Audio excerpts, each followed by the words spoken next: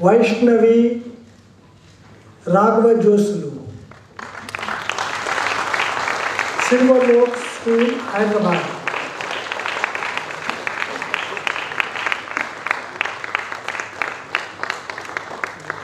Neha Manjunath Kagati, Vidyavardhaka Sangha, Bengaluru.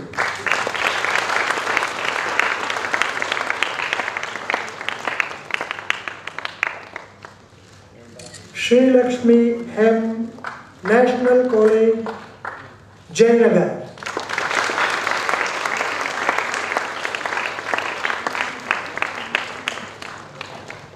Bhavana AJ is not there. Nagamani, National College, Bagepalli.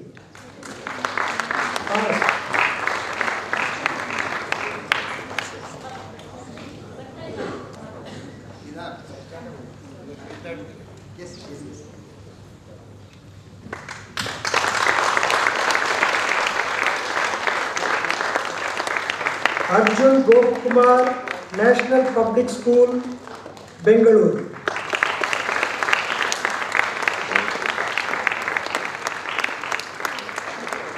Achintya Ranjan, National Public School, Bengaluru.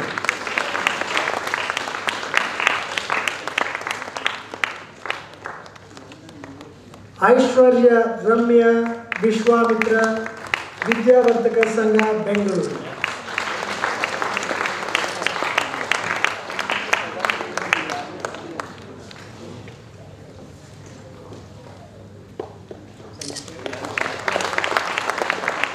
Thank you, sir.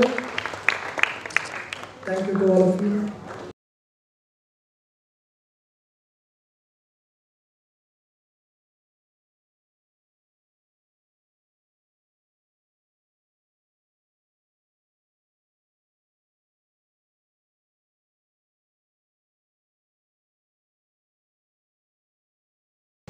May I request now Dr. A.S. Kiran Kumar to address the gathering. Good afternoon to all of you. Honorable Dr. C.N.R. Rao, Dr. Iyengar, Dr. Baldev Raj, Dr. Ram Rao, Dr. MaiYa, Dr. Anita Kuru, and all the students who have won this fellowship, NIAS MaiYa Prodigy Fellowship, their parents and all the people who have gathered here today. It's indeed a very happy occasion, particularly for this set of students who are getting a significant recognition for their talent. Like what Dr. Baldev Raj was mentioning, we are talking about 1% of the people being gifted. See, if you take that for our country, it's a huge 1 crore people. Now, to dealing with them, making sure each of these people have an opportunity to make use of their gift and talent which they have and nurture it and make sure that it results in a tangible output, not only for our country but also for the entire humanity, is a tremendous task and a great job. Towards this particular activity of identifying and then mentoring them and giving an opportunity to, you can say, sharpen their skills and then making use of these skills contribute to the society. Today, all of us are quite aware that man, in his quest for trying to improve the quality of life and provide better living conditions, also makes significant exploitation of the natural resources that what we have. And this exploitation, which definitely needs to be avoided, and it needs to be avoided because we need a sustainable living. If Earth has to sustain life, it is definitely necessary that we do not do exploitation. Now, for such a thing to happen, the need for newer findings, researches, discoveries, and based on that, providing through technology solutions to our living on this earth is an essential component. And here is an entity which is trying to actually bring in some kind of a mechanism where few of the gifted people are actually shown ways and means by which they can actually improve on their capability. It is one thing to have talent, but then making sure that that talent gets converted into the real product is a great effort. And in this effort, I don't think we need to talk about anybody more than Professor C.N.R. Rao for showing the way. And all of you awardees have a tremendous opportunity today to not only listen to him, but also look at the way he has conducted himself throughout in his life. A better role model for science cannot be found. Let me take this opportunity to wish each one of you a great future, but also I would like to remind you, while you also have a great future, you also have a responsibility, because already you are now getting recognized for what talents you have. It is definitely a big expectation the country is putting on you. So make sure that you make use of all the opportunities that are available to you, focus on your goals, and then make the right decision, and then achieve great success, not only for yourselves, but also for the society and for the country. Thank you.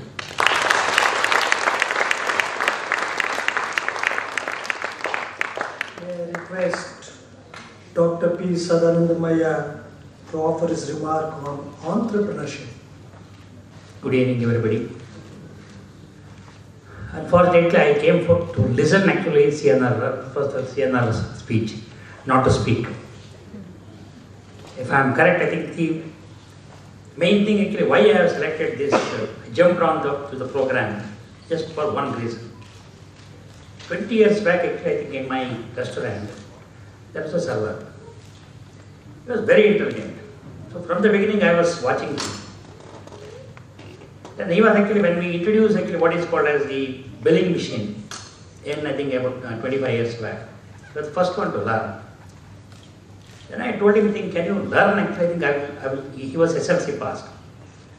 Then actually, I think I sent him to evening college. Then he became an engineer, software engineer. Then he said, don't want to go out of MTR at that time.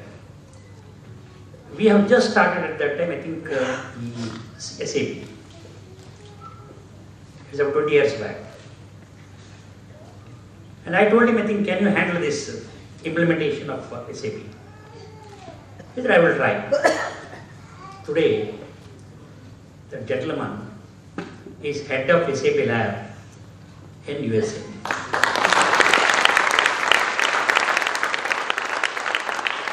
This kind of opportunities are available. I think you might have seen actually in Economics Times about one and a half months back. I think you are now actually think we are saying about more than 100 people I think I have developed and they are working with us or they gone out. My intention is actually that 1%, what I think, whether it is Sitaram Iyengar or other gentleman said, I think my feeling is I think we should have that 1%, the entire 1% should get the Nobel Prize. I think we have to see the whole model of C.N.R. Rao. I don't want to talk more. C.N.R. Rao, I think I want to listen to him. I think this is the 4th time I think I am listening to his lecture. Thank you.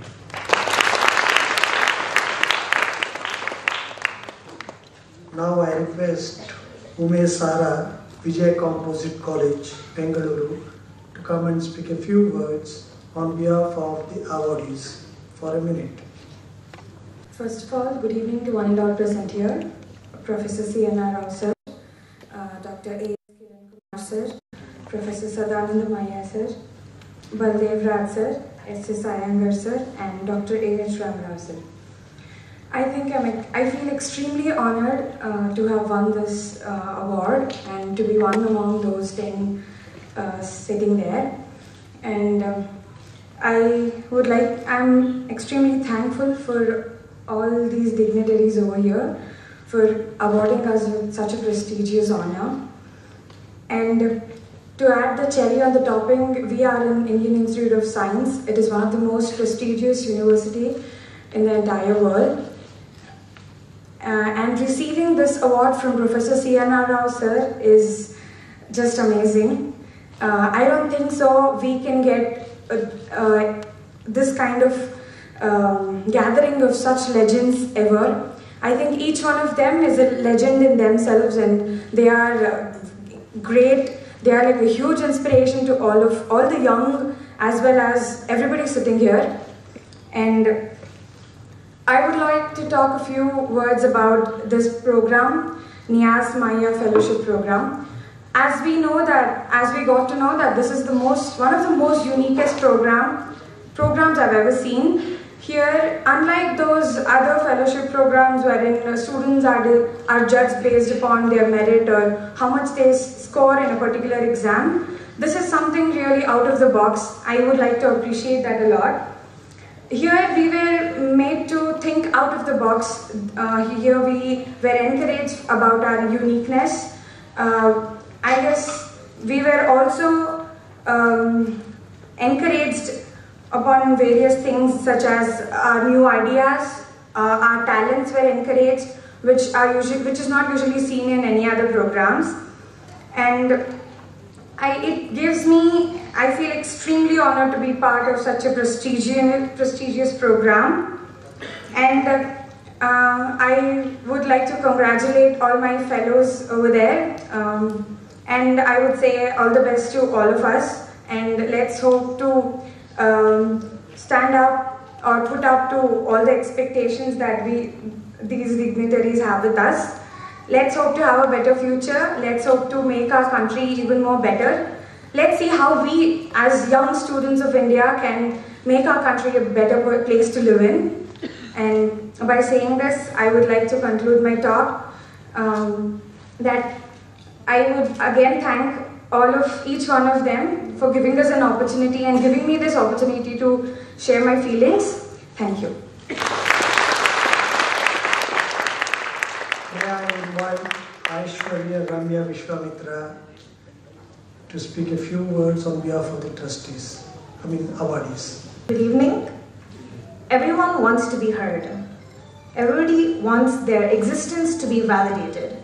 And I think that young people have so much energy and we want to be listened to more than anybody else. I think we all agree that the future and this world rests on our shoulders. But what people don't realize is that we don't need much. All we need is an opportunity. Which is why we are all very grateful to all of you for giving us this opportunity. And we will make much use of it. We had to write an essay, and I think most of us wrote about concepts like environment and climate change. And we all know about climate change, we all know about these topics. But people don't have the time. But we do. And now we have the resources. I said something in my interview that confused everybody and myself, was that my ideas are vested in me. And by that I meant that we believe that we have a very deep potential. So I think I can say from all of us that by the power vested in us, we promise to make our ideas and dreams, to make our current reality into a better one. Thank you.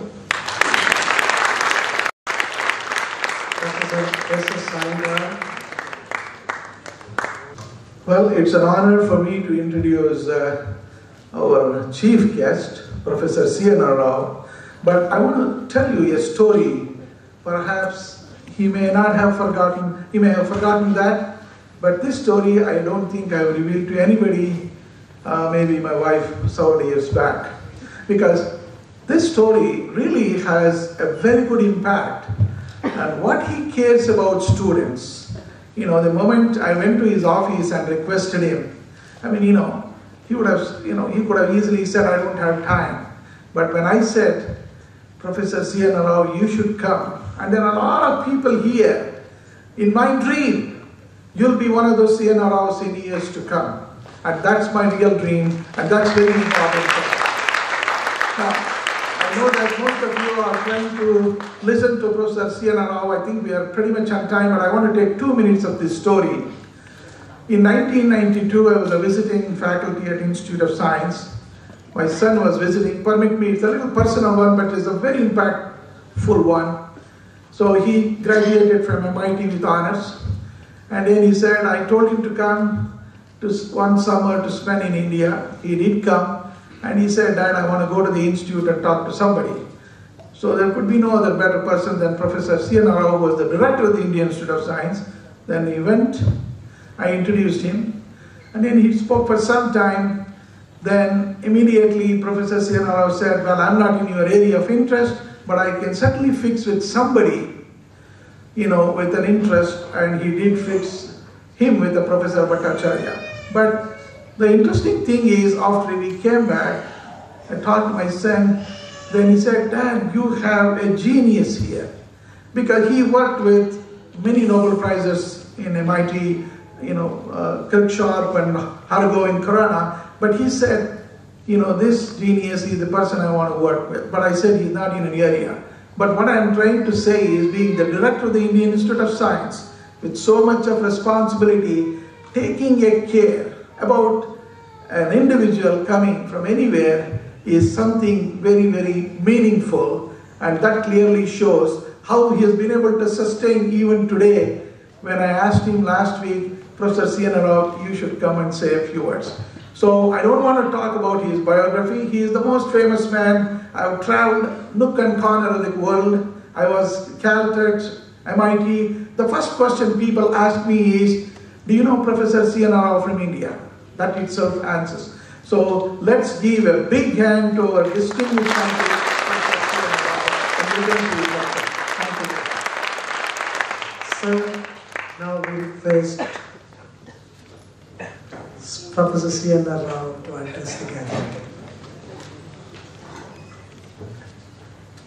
All my friends on the stage, dear friends here, particularly young friends all over here. Nice to be here this afternoon.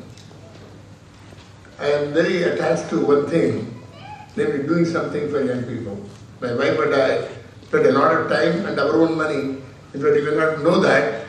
Half of my earnings in my life I have devoted to an education foundation which does a lot of things all over India for young children. And my wife does the operation, she takes care of everything. We go all over India to give lectures, have programs. This is not the time to talk about that. I want to say a few words about science and a little bit about myself. I'm doing research for, I just now calculated, for the last 66 years, of which I started doing research 66 years ago. And of this, nearly, I would say 58 years or so, I've been a professor guiding students. It's been a wonderful life. Publishing is very important for me. I like to see my name in print. Because I'm not ashamed about that. And in fact, the reason I am doing that is, I had a wonderful teacher who later got a Nobel Prize in the United States when I was doing a PhD. He always used to say, if it is worth publishing only, you must do that work. Otherwise, it's not worth doing. More than that, he would always say, publishing is the only way to show that you are active as a scientist. Even more importantly, I was always impressed by Faraday's famous statement. A young boy went and asked him, in simple words, what is doing science? What does it mean? Oh, it is nothing, he said. It is work, finish and publish. That is science. Well, I stick to that definition. In fact, you can say all the other things you want. Eventually, it's only those who have published good work that get recognized. Nobody else. People say that, you do that, do this. No. Unless you have done outstanding work and you have printed it somewhere, nobody will look at you. I can tell you by experience. What I am worth is because I am publishing. In fact, today I stop publishing, I will say, I won't be alive. So I'm now 83, I am still publishing. I publish more than all the young fellows in my lab. So it's wonderful. But science is very different, you see. Each one science means something, they do differently. where there are people who are very sharp, give something, they solve a question. There are some extraordinary scientists like that. Hans Bethe was one of them. I don't know, there are many stories about Bethe. One very famous story is the Hans Bethe, when he was a Jewish person who to leave Germany, eventually goes to the United States as an assistant professor at Cornell. And there was a very important discovery at that time. Namely, people had discovered the lamp shift. Today is not the time, I won't give a lecture on what lamp shift is. That's a small shift in some spectrum, okay? And then people didn't know how it comes to lamp shift. So there was a big conference. Freeman Dyson has written a beautiful article on that. And people wondering, well, what is the origin of this shift? Does it require ordinary quantum mechanics? Does it require relativistic quantum mechanics? They were arguing at a big conference. At the end of the conference, this young Bethe was listening to all that. At the end, he was going away back to his job in Cornell and by train. And before that, Freeman Dyson apparently met him. Hey, Dr. Bethe, if anybody can solve this problem, you can. You are such a smart man from what I know.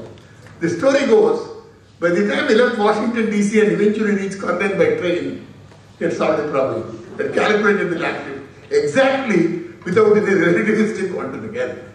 That is the kind of mind he had. Everyone is like that. Einstein was not like that. Einstein was very slow, thinking all the time, never rushed around. It takes a long time to eventually come to some decision. That is also science. So people saying you have to be like this or like that to do science is not correct. There are all kinds of scientists. And in fact, one of the most important things I know is getting like 100 out of 100 is not a good thing for science. And that means you are not thinking too much. In fact, I will never forget when I did my PhD, I wanted to do postdoc. I got postdoctoral offers all over from Berkeley, all over the place. When I was about to go, I met a very famous man, very great chemist, physical chemist. And he said, hey Rao, I'm so glad you have got 1 or 2 B's in your course.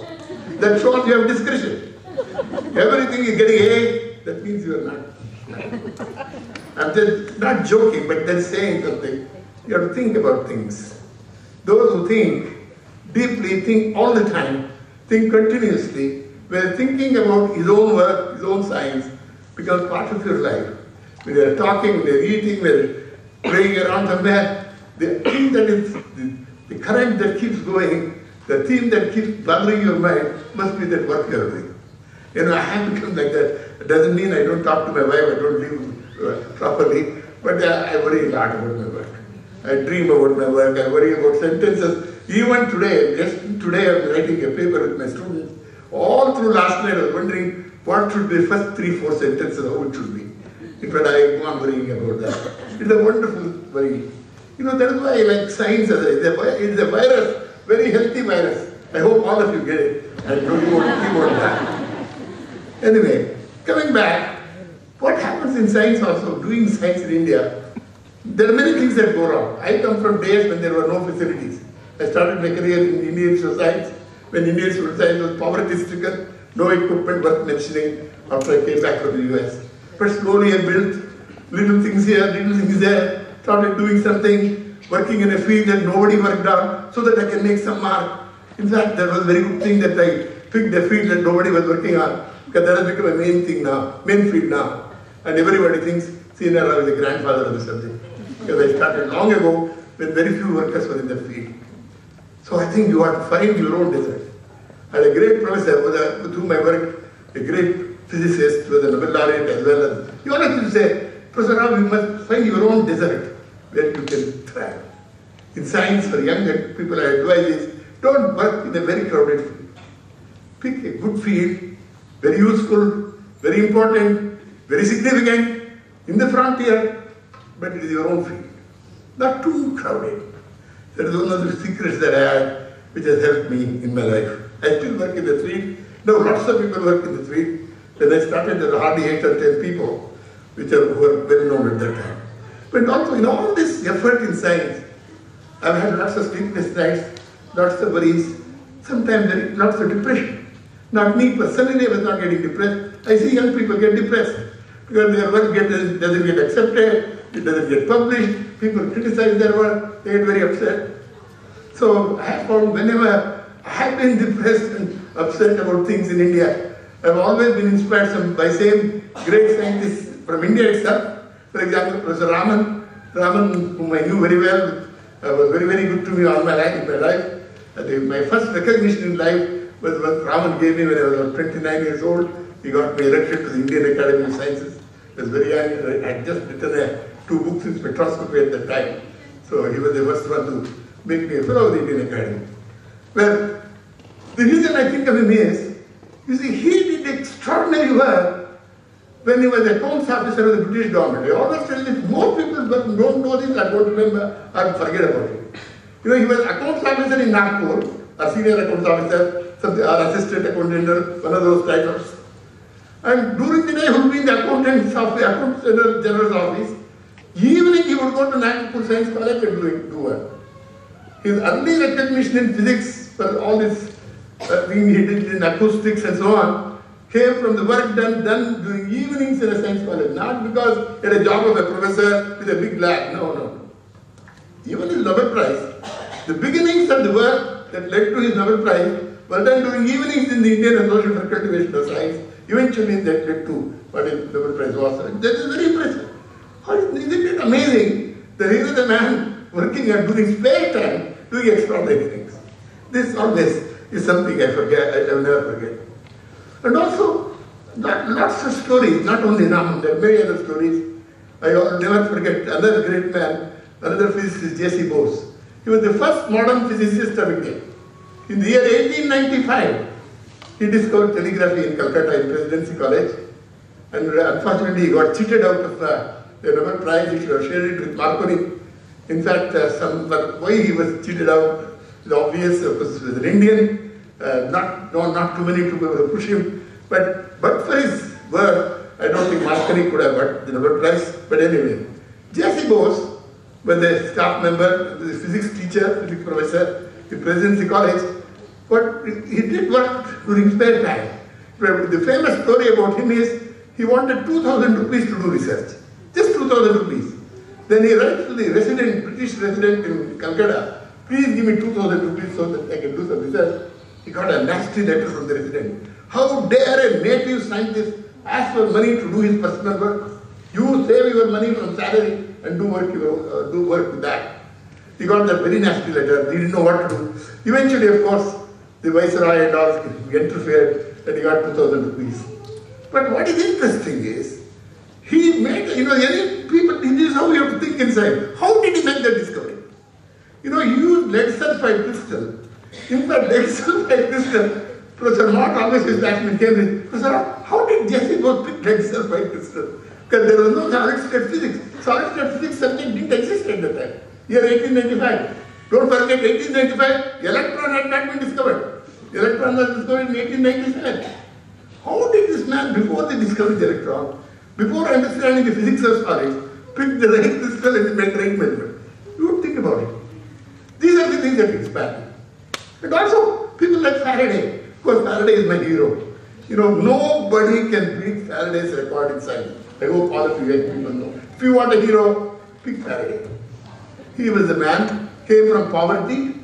He only had 3 years of schooling, had to quit schooling because, well, he had to help his mother, his father passed away. So he was working in as you know the famous story about him, I will not repeat that, as an assistant in a bookbinder shop. That is where he used to do all kinds of books he used to read on electricity by Voltas and so on. And eventually he listens to 3 lectures on chemistry by Sir Humphrey Davy. That inspired him. And he buys all these 3 lectures, he had taken notes and goes and presents it back to Humphrey Davy. 3 lectures by Humphrey Davy and asks Davy, can I get a job in your lab? He said, no, I'm sorry, there's no vacancy here.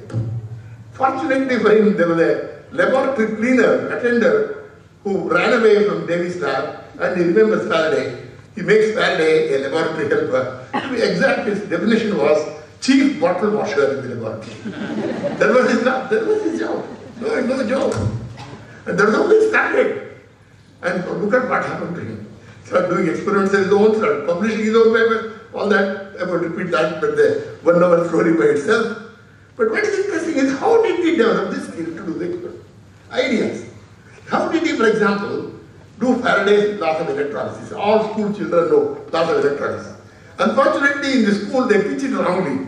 They use an electron in the electron, as the electron is there in electrolysis. When he did the electrolysis work in 1830s, there was no electron. He did electrolysis, laws of electrolysis without electron, right? Remember that. You should teach like that. How did he think of that? I think this is how young people should really think about science, how people create ideas. Unfortunately, it is not easy. There is no way to teach creativity. You can do all the mentoring you want. You want create a man with creative ideas. Creativity is something different. There is no classroom for creativity. But there is an atmosphere we can provide where people become creative. For that, the reading habit, studying history, learning stories of science, unfortunately, none of this is done in schools. Nobody shows them a picture of Faraday or Raman or any scientist in a school. Nobody sees a photograph of any great scientist. Nobody tells them stories. Stories are very important. Listen to stories about scientists, of scientists, how they did science. You know, what is amazing about Faraday? The simplicity of experiment. The way he discovered electricity. Look at that experiment. The way he did the famous experiment he did, I don't know whether you know this, on what happens to the plane of polarization, well, it doesn't matter, Faraday rotation. I will not explain that today, there is no time for that. How did he do that? Even today, to do the physics experiment, in fact, my friend Ramseshan did Faraday rotation for his PhD in the institute. You had a very difficult experiment to set up. But it didn't take those days in the 19th century. And more than that, the simplicity of the way he thought. You know, I don't know whether you know that. For children, this will be a good example to remember. People ask him, Professor Mr. Faraday, oxygen is supposed to be paramagnetic. Nitrogen is not paramagnetic. How can you show that? Well, I will tell you one experiment. He said, he took a little magnet that he had in his lab, very small magnet, and he made soap bubbles containing oxygen, soap bubbles containing nitrogen. He let the bubbles go through the magnet. The soap bubbles containing oxygen got stuck to the magnet. He said oxygen is paramagnetic. Do the simple experiment. Faraday's mind was extraordinary. And as Einstein said, also Maxwell said, he was a great guru. Why is he a great guru? The great thing in physics we talk about, unification of forces. Idea of unification of forces in physics started with Faraday. He was the first one. First one when he saw the lines of force. Remember magnetism and electricity will have a common origin. You remember all that, what Faraday said? And if you see Maxwell said, whatever I've done is nothing. The great guru, the great master was Faraday. Maxwell always considered him as his guru, as a great master. In fact, Einstein thought of him so well. In Einstein's office, other than Newton, there were two more photographs in Einstein's office. One was Faraday, another was Maxwell. And how did he do that? With 3 years of schooling. He did not. Maybe we should not go to college, otherwise we will become Faraday. With 3 years of schooling, it is an extraordinary new idea for the course which Einstein gave shape to it. People, unification of forces, a lot of people have contributed later. But the original idea, very first idea, in 19th century by Faraday.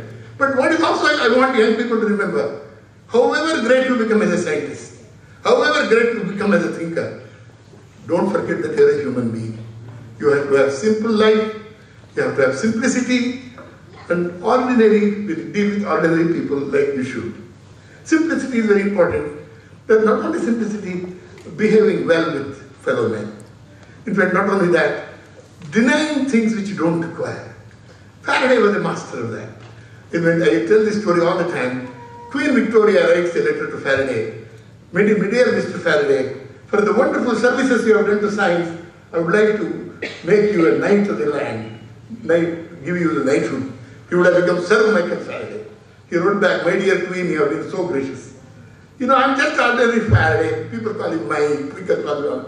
I don't want to be knighted. Thank you very much. He did that. How many would do that today? Even more important about him is when he was given a wonderful, sent a letter by the Royal Society. I've been a fellow of the Royal Society now for 35 years or something. It's a great honor even now to be a fellow of the Royal Society.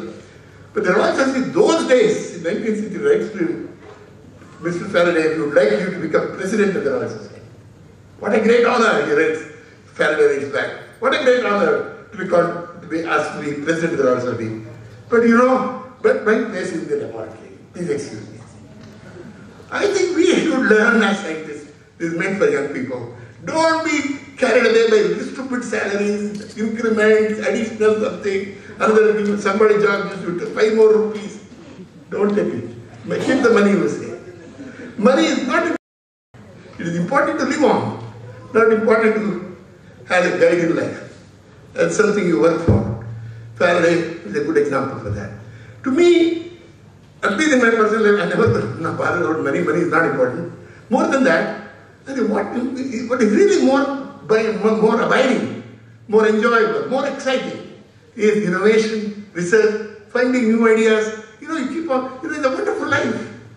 In fact, I always tell I have met many people, even lots of scientists. Most of them are not happy because they are worried about their job, they are worried about salary, their money. But I am one of the happiest men I know. You do not know. I think in this context, I am the happiest. You will all find some excuse, that is not working. But everything is fine. Wonderful. Science has been wonderful. I think life has been a wonderful experience because science has been my great companion other than my wife. And that's why to do science, I always quote some poetry. Today there's no time to do that. I usually quote Tagore on this occasion. It's very important to be a good scientist, to have be selfless, be generous, particularly to young people. To make young people do the outstanding things, give them an opportunity. So that's what I have tried my best. I've had hundreds of people who have worked with me. It's been a great pleasure to work with young people. Just doing science is not enjoyable. Doing science with those young people has been wonderful. Lots of young people. It's been great. And don't worry about anything. I know life can be difficult. In a crowded planet, to a crowded India, it will be more crowded when you grow up. There will be another few crores of children that will be born. Don't worry about it. You keep mindful of your own interests. Only thing is, whatever you want to do, make up your mind. Don't listen to your parents, that's the thing. Don't listen to your friends. Don't listen to even to your teachers. Make up your mind on what you want to do. You make up your mind, do exactly that. But I have been lucky that in my life, at the age of 17, I decided to be scientist. I want to do what exactly I want to do. Perfectly I knew. And fortunately, I had wonderful parents who never interfered with me. If they had interfered, I don't know what I would have done. But fortunately, everybody interferes in children's lives. So don't allow them to interfere with what you want to do. And I wish you great success. But one thing, even in this poor country, India, our country, those who have not given up have succeeded.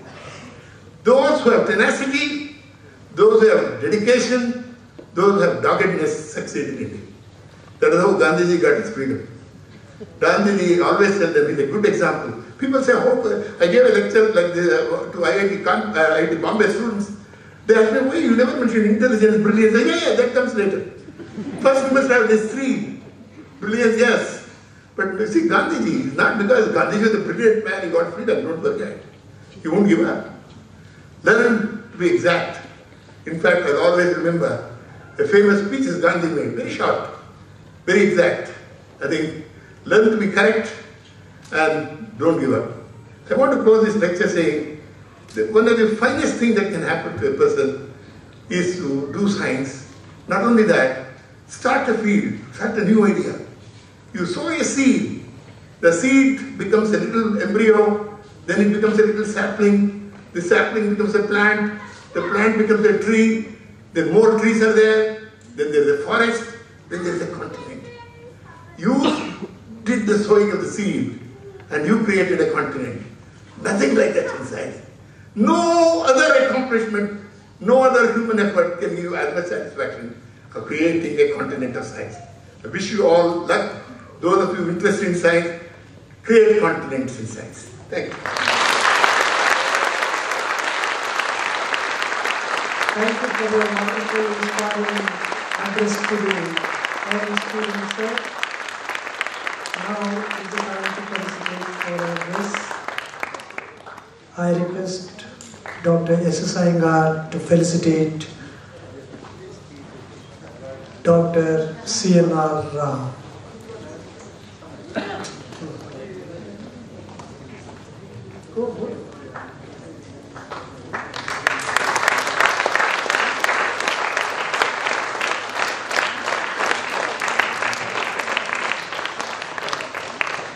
This is CNR.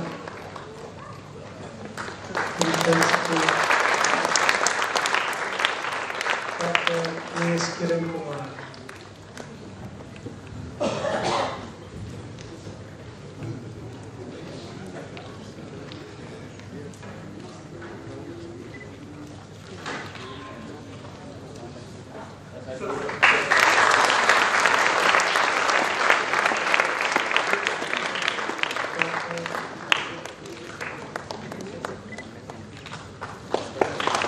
Baldev Raj.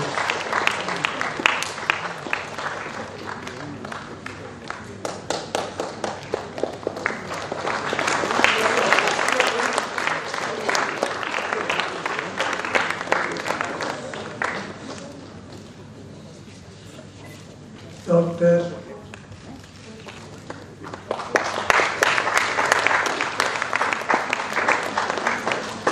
H. Ramaram.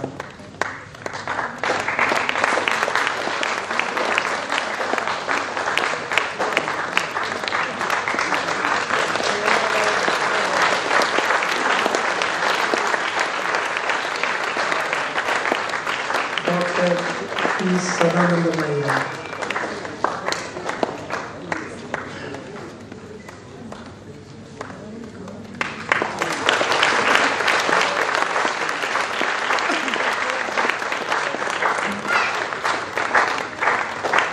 Dr.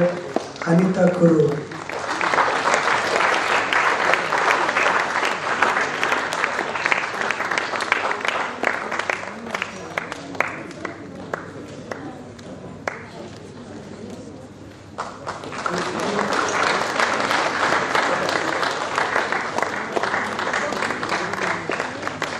Now we want to felicitate Professor S.S. Iyengar. Professor CNR Rao will felicitate S.S. Iyengar for his leading the program.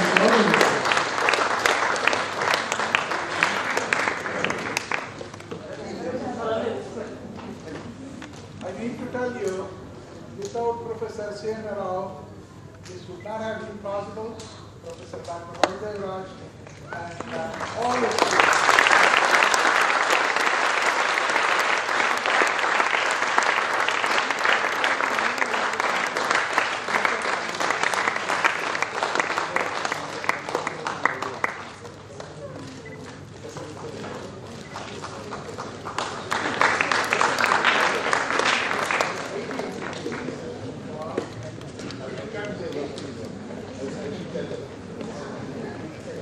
We are coming to the end of the program, and now I request Dr. Anita Kuru to propose vote of thanks.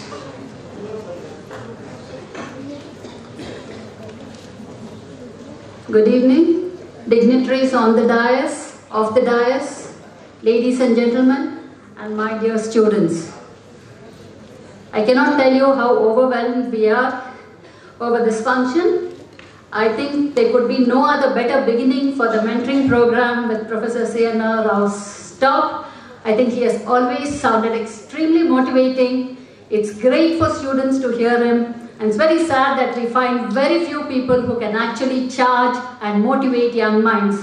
And I think it is something that I would want to put on record, that I think our students have a great thing for them to take them forward to.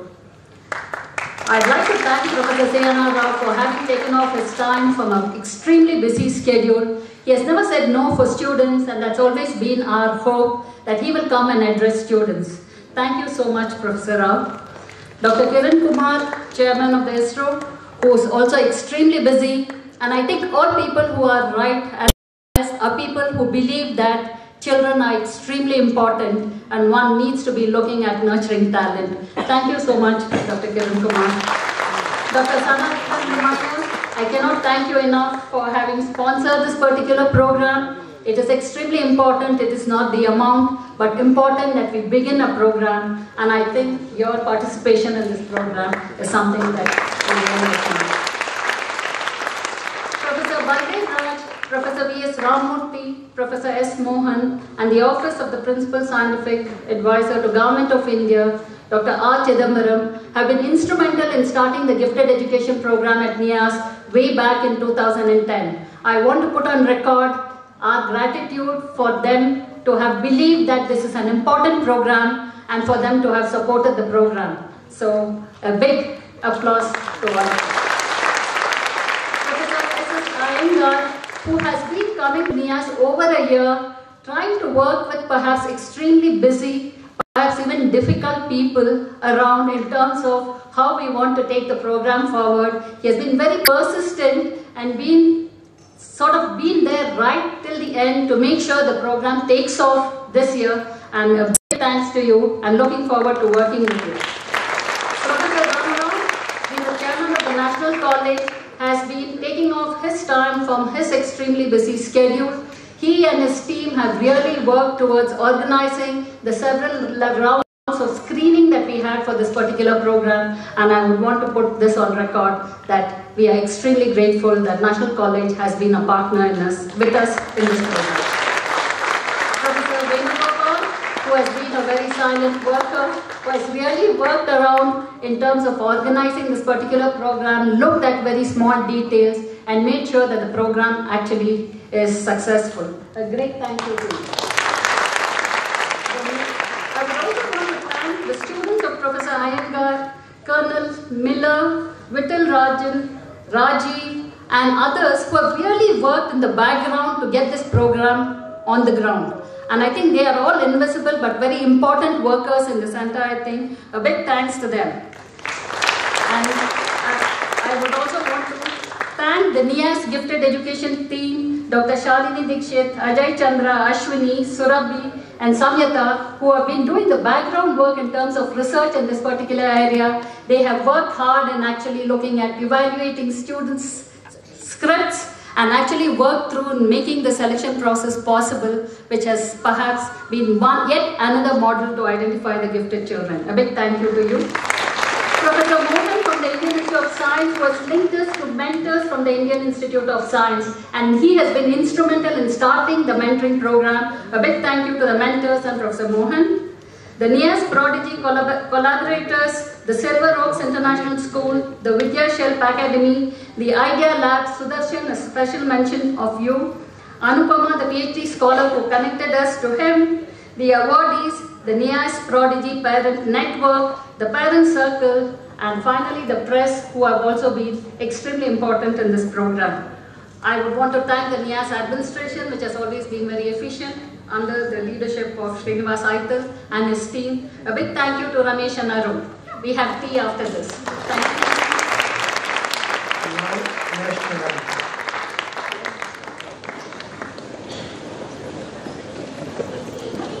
Janagana Mana Adinayaka Jaya Bharata Bhagya Vidhata Punjab Sindhu Gujarat Maratha Draviya Uttara Banga Vindhya Himachal Yamuna Ganga Uchala Jagati Taranga Tava Shubha Name Jane Tava Shubha Ashishamane Radhe Tava Jaya Gata Janagana Mangala Dayaka Jaya He Bharata Bhagya Vidhata Jaya He Jaya He Jaya He Jaya Jaya Jaya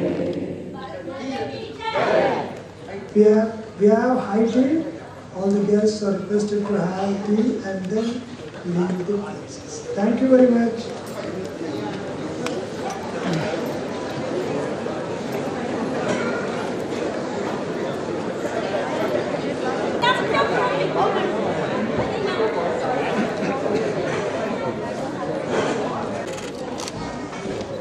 ಸ್ವಲ್ಪ ಹಿಂದಕ್ಕೆ ಬನ್ನಿ sir, ಸ್ವಲ್ಪ ಹಿಂದಕ್ಕೆ ಅಲ್ಲಿಂದ ಏನು